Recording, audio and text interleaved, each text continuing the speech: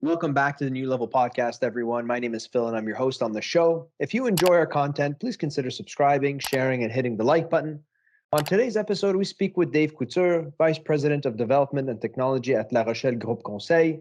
Larochelle offers information technology consulting services that helps companies propel themselves towards achieving their business objectives while reducing their operating costs through process optimization. Dave Couture is the Vice President of Development and Technology there and has over a decade of experience within the technology solution architect industry.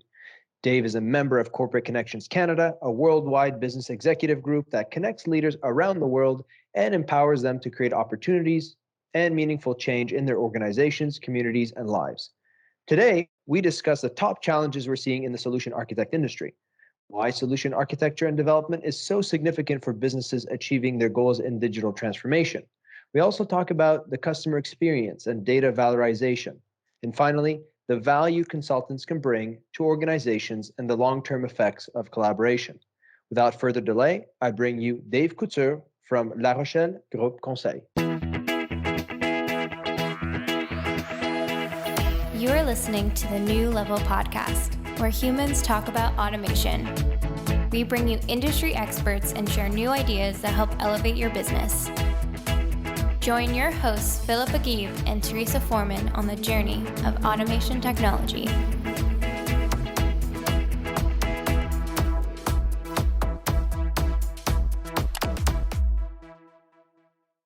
Hey everyone, welcome to the New Level Podcast. My name is Phil Agib. I'm your host on the show, and I'm always joined by my awesome co-host, Teresa. Hi everybody, good to see you again. And we're extremely happy to have Dave Couture with us. Dave is the Vice President of Development and Technology at Larochelle Groupe Conseil. Dave, welcome to the show. Thank you. Welcome. I'm very pleased to be here. Awesome. Yeah, so you and I have spoken over the last few weeks about how you've been helping your customers in various industries, helping them with everything that has to do with automating their processes, which is very much in line with what we do at Vantry Systems, the sponsor of the New Level Podcast. And so let's jump right into it. I have a question here. So we work at Vantry Systems, we work a lot with companies in the manufacturing and distribution industry. And I was just curious, what are the top 3 challenges you're seeing in these industries among your customers and companies that you work with? Great question. Great question. Thanks for asking. I would say the most top challenge we see.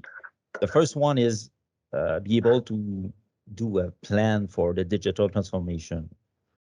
That's very important. The other one, it's navigating through all the employee pushback. It's not easy to do a change in an organization. I would say the third one, it's be able to always be aligned with the customer needs and their changing needs in your organization. So first challenges is to ensure that you identify your objectives, you know what you want to target as your clients, and you need to define a clear vision, a clear goal. And that's not an easy task when you have to do that. So if you don't do that, you won't have a good plan, a good transformation plan. So the first step is ensure that you get right objectives, right targets, and then you'll be able to craft a plan that will bring you from where you are, where you want to go and reach those new clients. So that's the first, I would say the first challenge is to have a good plans in your transformation. The second one, it's, I would say, navigate it through employee pushback. You may want to change something. You will want to be more productive, to automate your process, but that will change the employee works, that will change their day-to-day. And you need to take that into account, and you need to have a good change management plan. And it is very important to do that. I'll give you an example. I was working on optimizing the development process of one of my clients, so they will be able to deliver more rapidly solutions. And we had someone in the team that was not, I would say, not very happy with that. He was not really engaged in the meeting, engaged in the change. So we take time with him to identify what will be his gain. So what he will, as an employee, gain with that changes. And when he understands that those gains, he start to be more involved in the transformation, and it becomes also a good promoter of those change. So we start with someone that was, I would say, do some pushback, and now we have someone that is with us in the transformation and the change in the organization. So we really need a good change management plan for the employee. That's very important. I would say the third one, it's to be flexible and agile with the customer needs, because the customers needs change rapidly. And if you define a solution that you will put, I would say, in production in 6 months, maybe the change will have, the client's needs will have changed between those 6 months. So you must be aware of those changes, and you must ensure that you'll be able to change your plan when you see the customer need changes.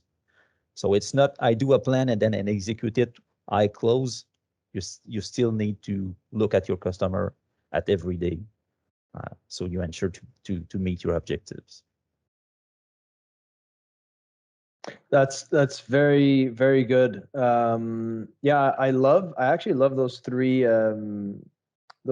things you brought up there, because I find, especially the last one, like being able to be adaptable and flexible, because some of these projects, Dave, correct me if I'm wrong, but they can take time. Like, none of this happens overnight.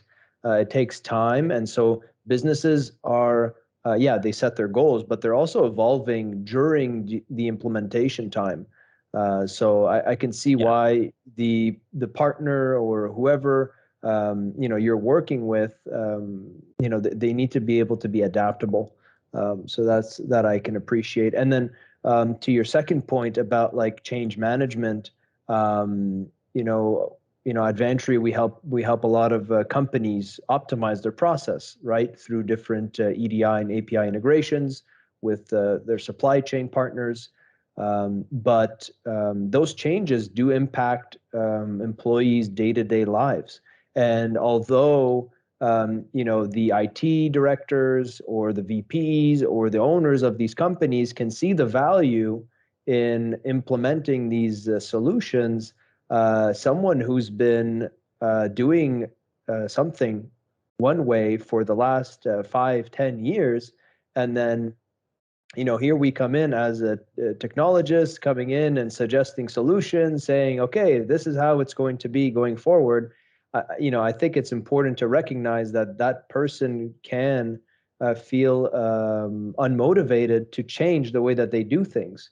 But I think by, like you said, like focusing on what they can gain from that experience is important. And then to your first point about making clear objectives, I'd love to learn more about that and how you can help companies really outline exactly what they're looking to achieve. I'm sure it's not an easy process. There's a lot of back and forth, but those are all great points. Teresa, do you have anything to add to that? I think, the word agility is, just so overused, but it's so important to be able to, digital transformation, to your point, Phil, does take a long time, but at the same time, there's a sweet spot, right? If it takes too long, then you start to lose engagement, interest, buy-in from the stakeholders within the organization.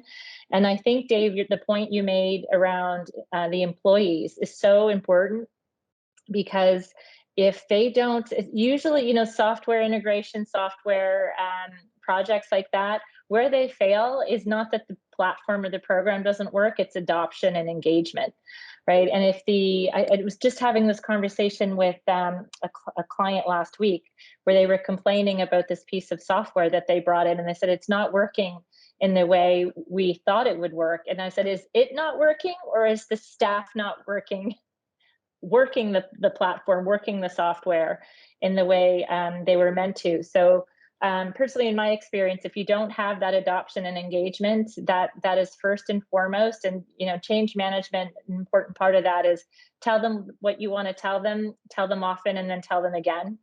Right? And it really takes quite a long time to get employees onboarded onto the digital transformation, have them understand why the company's doing it. And to your point, Phil, if they don't see the value, even in their day-to-day, it's going to be really hard to get them engaged.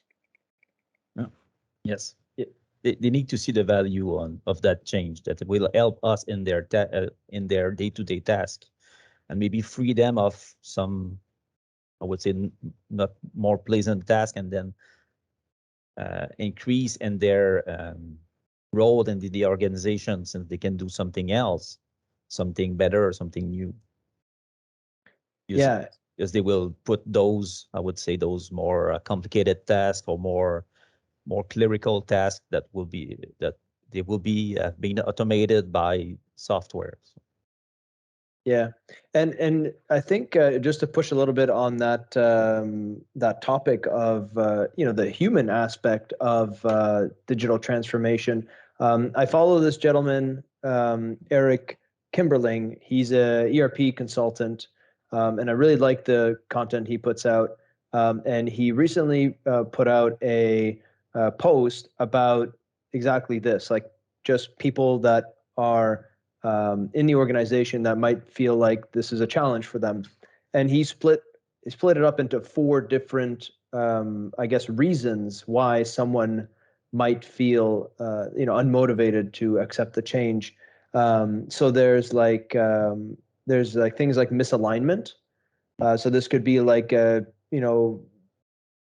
people, processes, and technologies don't align, for example.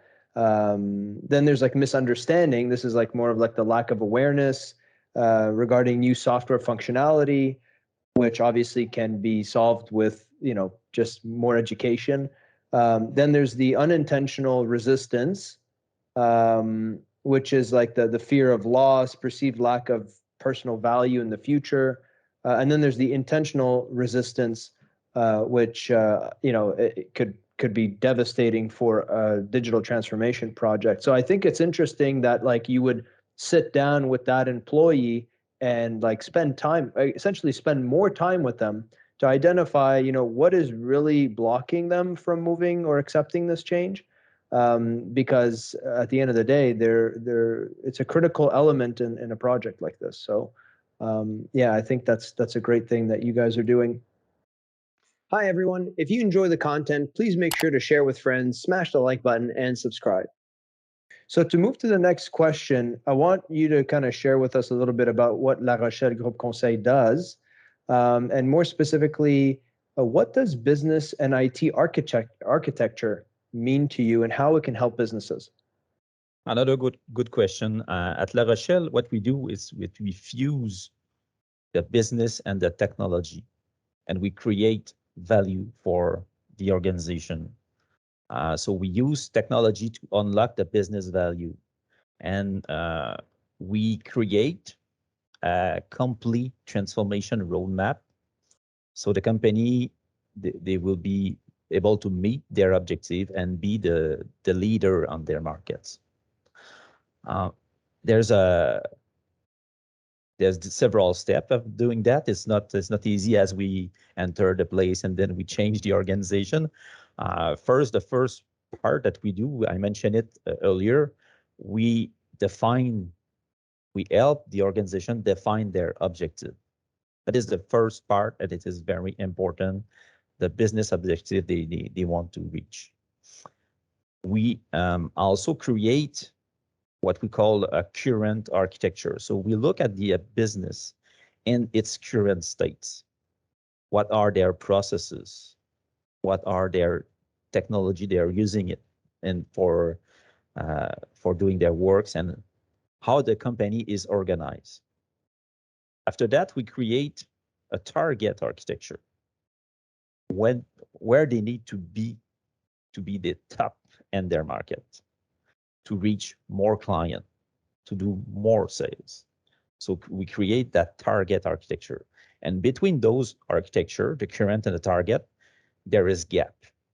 Because you need to identify those gaps and to create a plan so you will fill those gaps step by step, not in a big bang transformation. We create a plan that is actionable. So we do a changes, then we have benefits. We use the benefits. We do another changes, then we create more benefits. So we activate that plan step by step. And during those steps, we can do a bunch of things. We can create, if it is needed, we can create a new website, new mobile app. We can create a new complete data warehouse to store all the data, to create report, to extract business intelligence. We could also create applied artificial intelligence for optimizing some processes. So all those transformation steps will be in the plan. So the organization will know exactly what we need to do together to make them reach their objectives. And we can do that on cloud. And I know that everyone is talking about the cloud, so we do everything in the cloud. It could be Azure, it could be Amazon, but we also do it sometimes on-prem. We have some clients that has a bunch of warehouse all around Canada and United States, and those warehouse doesn't have access, or I would say not good access to internet. So we need to do a bunch of a smart part of the process on the warehouse, and then when we have, I would say, the good connection, so we'll be able to put it in the cloud. So we're able to do that too with those clients. And sometimes we need to use out of the box solution or cut softwares. And in that case, if we have partners that are more that have specific knowledge and those technologies and those software, so we work together with those partners to help our clients to change their business, to do their transformation. Gotcha. So obviously, it's like going back to what you were saying, is establishing that goal, doing the architecture of their current system and processes, determining the target, addressing the gap, and then there's a wide range of technologies and expertise that your team has to fill those gaps in a actionable way that could deliver benefits to the stakeholders of the companies. That's great. I mean, I'm thinking of so many businesses that could benefit from your help. Teresa, I mean, you work a lot with various companies in different industries. What are your thoughts on what Dave and his team have to offer? I think, so Dave, I've worked in the tech space for over 20 years now, half the time on client side, half the time on agency side. And one of the consistent threads I see is that companies are in a hurry to get to the doing, right? And don't want to do the thinking sometimes ahead of time because they see that as it's going to take too much time, it's going to cost too much money. Let's just get to the implementation, and that never works, right? You need the map, you need the roadmap in order to get to places. And so I've seen, one of the things I say a lot is companies never have the time or money to do things right the first time, but they certainly find the time and money to do it right the second time. Exactly. Right. And as a strategist, by trade, like creating a plan for execution is what I do for a living. So it's really what you just said is really close to my heart. So if you could maybe go into a little bit more detail around that roadmap, that strategy, that planning phase, that solution architecture phase, and then the development of that plan, why that really is so important to companies who are looking to transform digitally. It's very important because you know that an organization is complex. It's not only one software. It's a bunch of software. and all those software needs to be used in the process, maybe in a specific orders. And sometimes you will do a part on one process and a part on another process. And everything has to be connected. Everything has to talk. Software has to be integrated.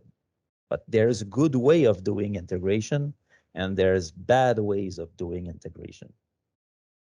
If you connect everything, in our languages, we say point to point,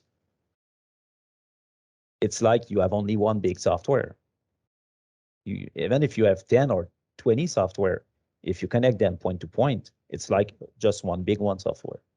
And if you need to change to adapt your customer needs or to, I would say, optimize or increase a process performance, you need to change a part of that. If everything is connected point to point, you won't be able to do that. Because when you will want to remove one part of the solution, everything is attached to it and everything will follow. So you need to use good integration techniques. So you need to define an architecture that will be able to support that. I would give you a good example of one way of doing that. If you have common information that you exchange, instead of connecting everyone point to point, but you have a common format, for example, as EDI, so you can change one software, but the EDI format doesn't change. So it's more flexible in that way in the architecture. Let's take a quick break and hear from today's sponsor. Hey everyone, if you enjoy the content you're hearing today, please make sure to share with friends, smash the like button, and subscribe. Today's episode is sponsored by Vantry Systems. Vantry is a Canadian B2B integration provider specializing in all your ERP integration needs while delivering unparalleled service, advanced technologies, and expert advice with a humanistic approach. If you're looking for deeper data integration and want to eliminate manual data entry, visit www.vantry.com for more information. Now, back to the show. That's a really great point. We do quite a lot of web development in what I do and have for decades. And it used to be that the developer would develop a very customized solution from end to end. And now, to your point, there's so many technology options out there. You can bring in third-party, applications or web tools or whatnot, so you don't have to do all the coding natively. Right, but the point-to-point integration is so critical to get the entire ecosystem or the entire customer experience working smoothly. And the more pieces of software you said is you have to integrate, the more complex the issue becomes. And so what Phil and I, Phil started the call earlier talking about how we love technology. Specifically, we love here on the New Level podcast, we love how automation is fueling businesses and moving businesses forward, but also moving people forward. And one of the things that's very dear to our heart is that customer experience, right? And so much of that is dependent on technology now. We're using technology to answer phones, to send automated emails. There's just so much technology that's driving business now and driving that customer experience that integration piece is really very important. So I'd love if you could talk to us about a couple of things very specifically. Number one, how do you make sure that customer experience is integrated into what you're doing? And if you can provide an example of a business you've helped do that. Yes, the customer experience, I would say it's the key to success. It's very important. You can have the best foundation on a house. If you don't have a good living room, there's no way you will sell your house. The customer experience is the same. So it's hard to get that customer experience right. You need to, I would say, do we use design techniques approaches, and those are workshops that we do with our clients, with the user. We do a lot of research and workshop with them to ensure that we really understand their needs and the way they want to do it. Not only the software feature, but the complete customer journey. We need to understand that, because sometimes the user use your software or use your solution, goes on your website, but between those, the time he goes on it and he returns, we need to know where are the connection points and how you will be able to get him back to you. That's a part of customer experience that we need to define through workshop, and having to go see real customer if it's required, just to get their feedbacks. And after that, when we have all those, we can then start designing a software solution. But we always need to start with the customer experience, then the software solution. I know it's hard for us, an IT guy, to say that, but it's the best. It's the customer experience. If it's nice, it's easy to use, it will work. Even if you have the best technology, if it's not easy to use, it won't be used. So that's very interesting. I'll give you an example of what we have done for customer experience. We meet a client 2 years ago, and she is still in compliance. If I will give you an example of compliance, you're not supposed to set the gas prices between companies. That's not correct. It's not. It's against the law. So she specializes in that, and she do training on that. And that's not very. I would say it's not the most exciting subject to be trained on it. So we decide to change completely the customer experience. Instead of having courses with maybe video, audio, text, and then a questionnaire, a quiz at the end, we completely transformed that to a game. So we gamify the training. Instead of having texts and questions, now you play a characters that goes on conferences, goes on meetings, you meet people, and you speak with those peoples, and based on the answer you gave to the people you meet, you earn points. So you earn business points and compliance points. And at any time of the game, you can just take a pause and go read some part of information that is related to that situation. Not a bunch of, I would say, 10,000 pages text or 100,000 pages text. It's aligned with the situation you're in. So it's easy to, it's more, I would say it's more fun to learn like that. And so that's a way that we completely change that, starting from having a course to a quiz, then to play a game. And in that project, we work with someone who create board game. So we call it, say, hey, you're nice, you're good, you had great board game in your life, come and see. So we do a lot of workshop, design thinking workshop with that guy, with my teams, and then we design that solution that is very nice to use, and it's very fun to learn now the compliance law with that solution instead of, would say, reading books. What you said about design thinking is so important, and it's worth the time and money and investment, the overhead investment in getting that done initially, looking at the customer journey and designing an experience based on research that you've done, right? Based on what the target audience is looking for and whatnot.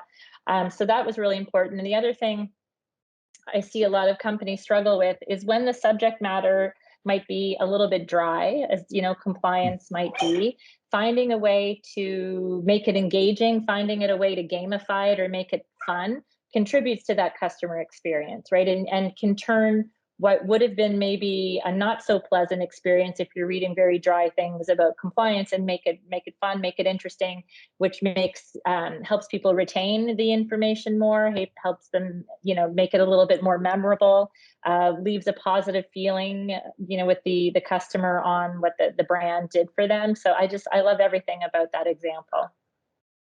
Yeah, that's a great example, Dave. I think I would be more likely to learn about compliance if it was through a game. So it just goes to show how sometimes engaging with consultants that kind of specialize in helping companies improve that customer experience can really think outside of the box. And it shows that like it's not just technology. There's a certain like creative aspect to making sure people are engaged while they're interacting with your business. So that's a great example there. So aside from the creative thinking and work, more and more we're seeing the importance of data, and data being critical to make the appropriate decisions for businesses and all industries right now. Can you talk to us a little bit more about data valorization and share an example of how you helped a company with this type of service that you offer? Yes. As you said, data valorization, it's important. And for example, if you want to meet customer needs, you need to understand them. I will give you, I would say, common example first, and then I will go with my example. But if you want to sell something to a client, if you have an online shop, you need to capture the data. You need to know which web page they goes on. You need to know which product they look at. You need to know if they put a product in their basket and then remove it. Maybe it's give you valuable information. So every piece of data that you can capture on the client will help you to adjust your solution for that clients.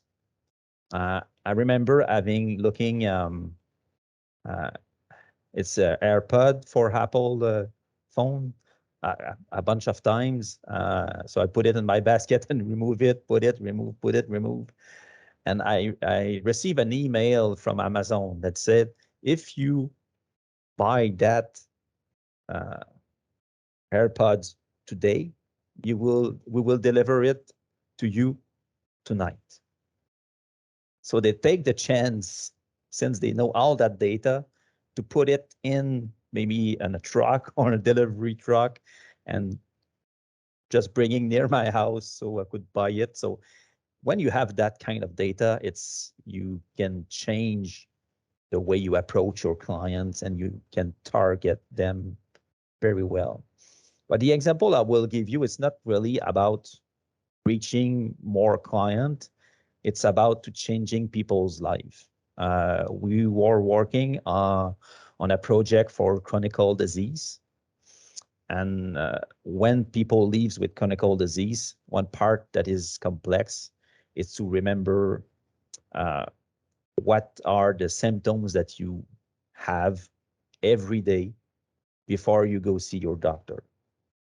And it's hard to remember. And in some case, in some chronic disease, all that information will give to your doctor the insight he needs to select the right medication for you. So the application, it's quite basic. It's questionnaire that you can fill every day with the symptom that you have, and then it grab all that data, and your doctor has access to it. But moreover that, if the clients allows that, we anonymize the data, and we put all those data in what we call in a big data sets. So instead of having the data from only one person, we can have it for thousands of persons, thousands of symptoms, thousands of several medication dose and frequency that they take it. So based on that, it's easy to do research and create new medication, and those medication will change people's lives. So for me, that's a good way of talking about data valorization. We change people's life using the data we capture because we were able to, I would say, analyze those data and create new medication for them. And you end up creating new value streams, right, for the consumer, which I think is really important. Now, as a business person, there's so much data. Part of the challenge is figuring out what's the right data to look at, what's it telling me. How do I use it? How do I use it ethically? Frankly, that's a conversation that happens a lot. So you don't break trust, right, with your consumer, because consumers, while they're very sophisticated, they also, I don't think, completely still yet understand how much data businesses have on them. Mm-hmm. And when they find out, they they're not always so happy. They love that Amazon will say, hey, see, you're looking at the AirPods, going to give you $50 off. They love that. But they don't necessarily love, some of the other things that come with the data. So I just find it so fascinating. It's such an interesting time. And sometimes it's just too much data, right? So trying to figure out what can we take out of this, this database of data, and what value streams can we provide to the consumers in a way? Because consumers are happy to give you their information if they feel there's a value exchange. Yeah. It's when they feel that they're just giving, all their information and not getting anything in return, where that trust starts to erode. So I'm just geeking out about this stuff. I just love this stuff so much. And I think, Dave, the role that you play, the role that your company plays in terms of that consulting piece, right? To businesses who are trying to go through digital transformation in order to create these value streams, create better customer experiences, is so critical. Because as you said earlier, if you don't have a plan around it, if you haven't done the design thinking around it, then you risk alienating your customer or your prospect. And once they're gone, it's very hard and very expensive to get them back. And so I would really love to hear from you. One of the things Phil and I focus on here at the podcast is looking, we've talked to a lot of consultants over the last couple of years or so that we've been doing this. And it's happening more and more where these consultative services are being hired or brought in to help companies do this. So explain, if you can talk to us a little bit as the consultant, from your side, the value that consultants are bringing to the organizations, and ultimately, how is that going to impact not just the companies, but the jobs within the companies over time? I would say consultant, the first, we need to think about experiences. Why? Because in our day-to-day job, we touch several business domains.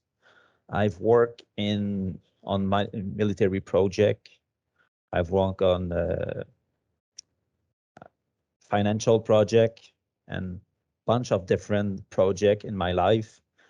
So I have not an expertise, I would say an experience in several business domains. I have an expertise in several technologies. Each of my clients has different technologies, different way of using those technologies. So I'm able to have a good experience in many domains and in many technologies. So that helped me bring that experience to my clients. So I'm able to tell them, you have that good idea, that's a good idea, but we need to pay attention to that. I'm able to give them advice because I've seen that elsewhere. So that's a very, very valuable insight that we can bring as consultant to the organization. And since we do it in several domains, we could try those techniques. We can change them, increase them over and over. So when we go on another clients, we are, I would say, on top of the edge of the new way of doing things. So I think that's good, valuable. That's the value that we could bring as consultant to organization. But I would say that it will change over time what consultant will do. Actually, we are more manpower. So organization are missing people. There is a resource shortage, and they hire consultant, I would say, to fill a job in their organization. That's a part of consulting, but I think it will shift to more coaching. Since we, as an architect, we work in several projects, several business domain, we see good things, we see bad things, we we see success, we see failure. Our job will probably shift to helping the resource inside the organization to grow in competency. So I think it will a little bit switch to coaching more than doing in our clients. I like the word coaching versus consultant for two reasons. I think sometimes in my life, anyways, I am a consultant. So sometimes consultant is a dirty word. To people hear like, oh, that's expensive. You're going to come in and tell me, what to do, and then we're not going to do it. And I don't think that does service to the word. Whereas the word coach, it's an everyday word. People, when they hear it, are like, oh, somebody's going to come and help me. They're going to train me. They're going to make me better. They're going to make me, a star at my craft. So I love where you went with coaching, Dave. I think that's more apt than consultant, and it's more relatable. It's friendlier maybe than the word consultant, even though that's what you're doing. You're consulting. And so I love that you're framing that the industry is going that way. It just feels warmer. Do you know what I mean? Yeah. Yeah, it's definitely something that I think organizations need to think about. I think as you speak to shareholders of companies and leaders in companies, it's not everyone who has identified that, hey, like I can actually use help.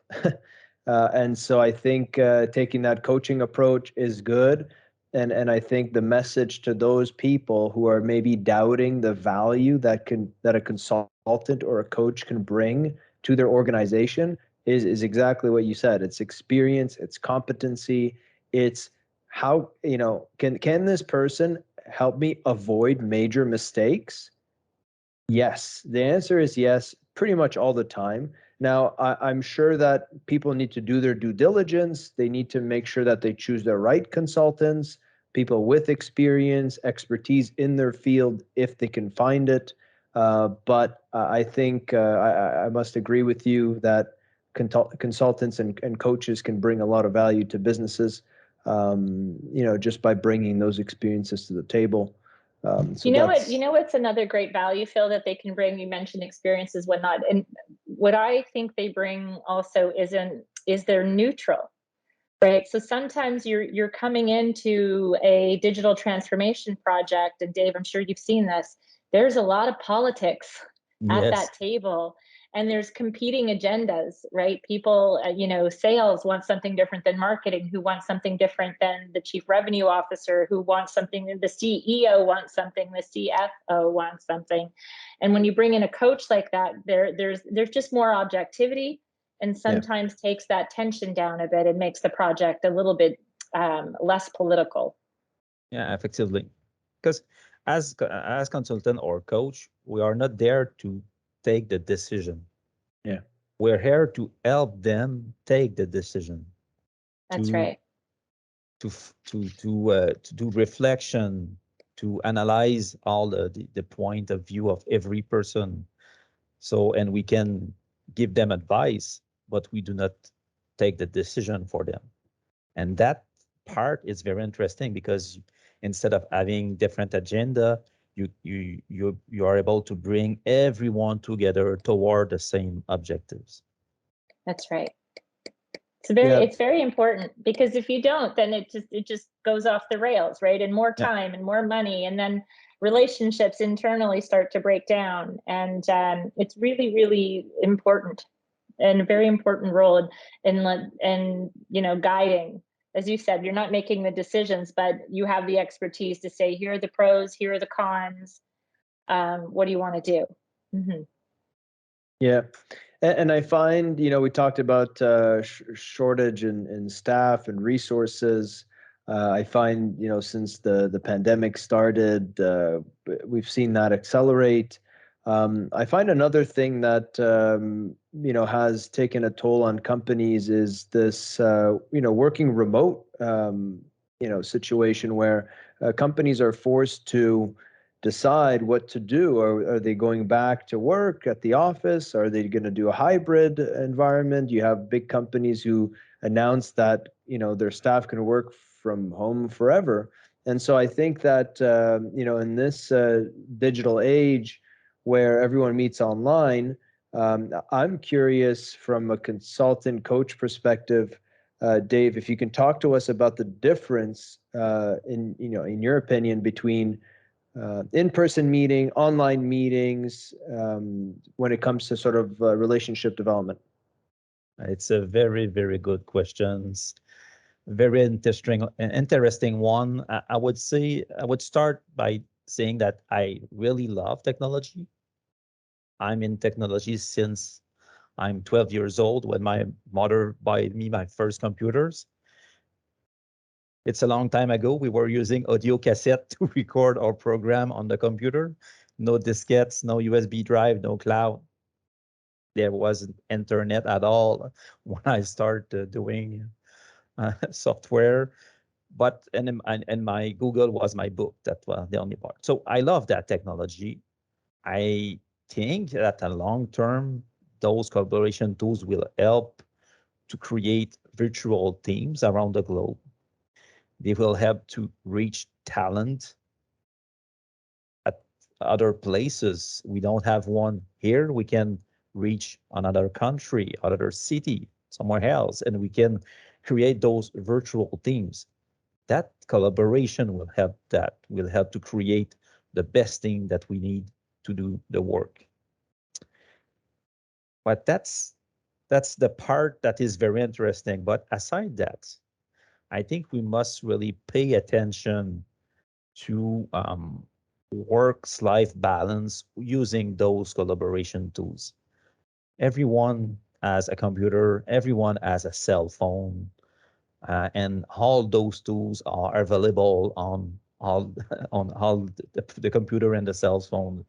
So we need to pay attention. It's very nice to create virtual teams to work with people everywhere in the globe, but we must pay attention to our family and work balances. If I have an idea or something like that on the weekend and I put it in Microsoft Teams or Slack or any collaboration tools, you will be notified right away on Saturday, on Sunday, but you're not supposed to work. But we must pay attention to that. I send you an email on Friday night because I have something in my head and say, I just want to let it out. So I'm writing down an email and send it. You will get it on your phone. You will see that I send you an email. So it's not, you maybe tend to read it. So we need to pay attention to that. There's a lot of tools. For example, in Outlook, you can write an email and say, don't send it before Monday. So I think it's very interesting. Technology are very interesting to increase the collaboration, to put everyone together and to work with, I would say, extremely talented people from all around the globe. That's very nice. That's cool. I would say that's very amazing that we can do that. But I would say always remember that we still have a life outside the technology, and it's very important to pay attention to that. And I will add another point on that. It's sometimes it's easy. It's not easy to create or to get the requirement or the needs of the clients without being on site. I would say I'm creating a website for selling stuff online. I may be designing it from anywhere in the world, but I was working on a project. We were optimizing ship maintenance. It's you have to optimize the plan of the ship maintenance, and we went directly on the shipyard. We go on the ship. We go in the room to see the people works, and I need to mention that space are small, letter are very short, and there's no space for computers. There is no internet connection there. When you're on the ship, the only things you can bring is a cell phone, and inside the ship is not working. There are too many metals and in the room, so it's very complicated. So I think that those collaboration tools help create teams with valuable expertise, but we still need to be on site sometime to ensure that we get the right requirements and the right needs of our clients. That it's very, very important. Yeah, that's very interesting. I think that everyone appreciates the ease of use of the collaboration tools. But I remember when I had my first visit post pandemic, where I was able to meet a customer and get to know them. I find that the relationship built in that one, human interaction, whatever that was, it was maybe half an hour, was more meaningful for our relationship than all the times that we spent just online, even sharing screens or sharing video. I think that being able to put yourself in their shoes literally is more powerful. And so I think that having a balance of both is important. But yeah, wow, have we come a long way over the last couple of years with all of these softwares available to us to make our lives easier, to collaborate, communicate. I think it's important to reflect and understand that there's limits to all of that, and that at the end of the day, we need to go home to our families and live our lives, because work isn't all about life isn't all about work. So Dave, Phil and I were joking on a podcast a few months ago that nothing has driven digital transformation more than COVID. No CEO, no CEIO, no CTO. I mean, there's been more movement in the last couple of years than many, many years before it. And to your point, the fact that we can, video somebody in Germany, at any time, any day, I was on a call with a client this morning who was a passenger in the car and took the call from the car. And then turned off this video because we were all getting a little motion sick. But it's just amazing what we can do. And I think if anything positive is coming out of the pandemic, it's that we have realized that we don't have to be chained to our desks in order to be productive and drive change, which is great. The downside, as you mentioned, is turning it off 24/7. When you're not leaving the office and when you don't have that sort of natural break between work and home. And there's data that shows people are working longer days from home because we just don't know when to stop, or we're working through lunch, or you look up and it's 6:30. And having to have that work-life, it's not even work-life balance anymore. It's sort of work-life integration, but how you respect the boundaries around your personal time, and where people, I'm terrible at it, frankly, and it's something, but I always have been, even before COVID. But now, companies, provinces, countries are starting to put regulations and legislation into place, right? About, you can't contact your staff after 6 p.m. Or I read about a company in Germany who shall remain nameless a few years ago who turn off their email clients, at the end of the workday, and don't turn it on until the next morning to protect their staff, who aren't, so they won't be sending emails at 11 o'clock at night. I have a staff member who yesterday went to see her, and I said, okay, it's been about 2 weeks now that you're sending me emails at 11 o'clock at night. Let's talk about it. Do you have too much on your plate? Because we're not in the office, I can't see what she's doing day to day, and she's getting her job done. But she says, no, I had a couple of appointments, so I came back online at night. Perfect. But I don't want to hear that, you're working a 16-hour day, because if you are, something's wrong. And so I think it's technology. It's there's so much good that comes with it, and then there's so many things we sort of have to manage so it doesn't take over everything. Right? Yeah, it's definitely a challenge. I think we have the right people, the right leaders in organizations to balance that. And I think even like the staff is aware that, hey, I need to, and it's often coming from the significant other, like my wife would be like, hey, she'll call me on my cell phone. She's upstairs and she'll say, hey, it's lunchtime.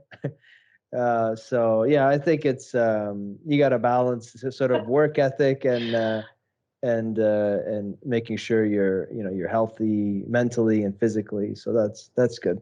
That's funny that she calls you from upstairs. Yeah. Just a quick anecdote on Yeah. that. And I have 2 kids, and sometimes they have their earphones and they're doing homework or maybe playing video games. So my girlfriend had a bell, a big bell in the kitchen. So when everything is ready for lunch, just ring the bell like in the old times. That's awesome. Instead of chatting them, Otherwise, ring they the don't bell. hear you, right? Yeah, Or exactly. you get to jump in front of them and like make faces, and and they're like, take off their ear. Yeah. Okay, awesome. Well, Dave, we've had a blast having you on the New Level podcast. This has been truly amazing. I want to give you the opportunity to give our audience a chance to learn more about you, your work, your organization, and how they can get in touch with you. So what's the best way that the audience can get in touch with you? The best way, I think, it's by, I would say, email or by my LinkedIn profile. If you go on LinkedIn, you send me messages, I will be pleased to answer. Or otherwise, you can email me at dave.couture at larochellegc.com. So you will be able to get in touch with me. I think that LinkedIn and email is the two best way of getting in touch. Awesome. And do you have any exciting projects coming up that you want to share with the audience? Something that they can look out for? Business project or outside business project? Because I have also project outside business. I would say business project. We are looking to develop IoT related project since we can get data from multiple sensors and then analyze that. So we're working on that. It's very interesting to increase, I would say, the productivity in the enterprise, having data directly on the site, on the machine. That's that's the interesting project to come. But also I'm involved in other project, and I hope we are working on opening a brew pub in maybe 1 year. So that will be a great place to be and to have a good beer. Phil and I will come to the grand opening. Yes, we will come to the grand opening and sample all the beer. Yeah, it's all on me. So if you come to the opening, it will be very nice. I'll be the first one knocking on your door, Dave. I'm excited for that. I took a beer making course the other day, and I learned a lot about beer. So I'm excited to sample your beer. Maybe if you're not at the point where you're opening the brew pub yet, but you need someone to sample beer to see what's good, what's not good, I could volunteer for that. Yeah, I will be in the Dominican Republic at the end of April, and we are, I would say, a beer project there too. So we need to work on recipe and crafting new beer. I will bring you a sample. Awesome. Sounds good. Awesome. Well, thanks so much for coming on to the podcast, Dave. It was a pleasure. Yeah, thank you for having me with you today, Philippe and Teresa. It was very, very interesting. Yeah. Thanks, Dave. It was great meeting you. Interesting conversation. Thank you so much. Yep. And we hope to have you back again soon, Dave. Take care. Excellent. Take care. Bye. Bye-bye. You are listening to the New Level podcast, where humans talk about automation. We bring you industry experts and share new ideas that help elevate your business. Join your hosts, Philippe Aguirre and Teresa Foreman, on the journey of automation technology.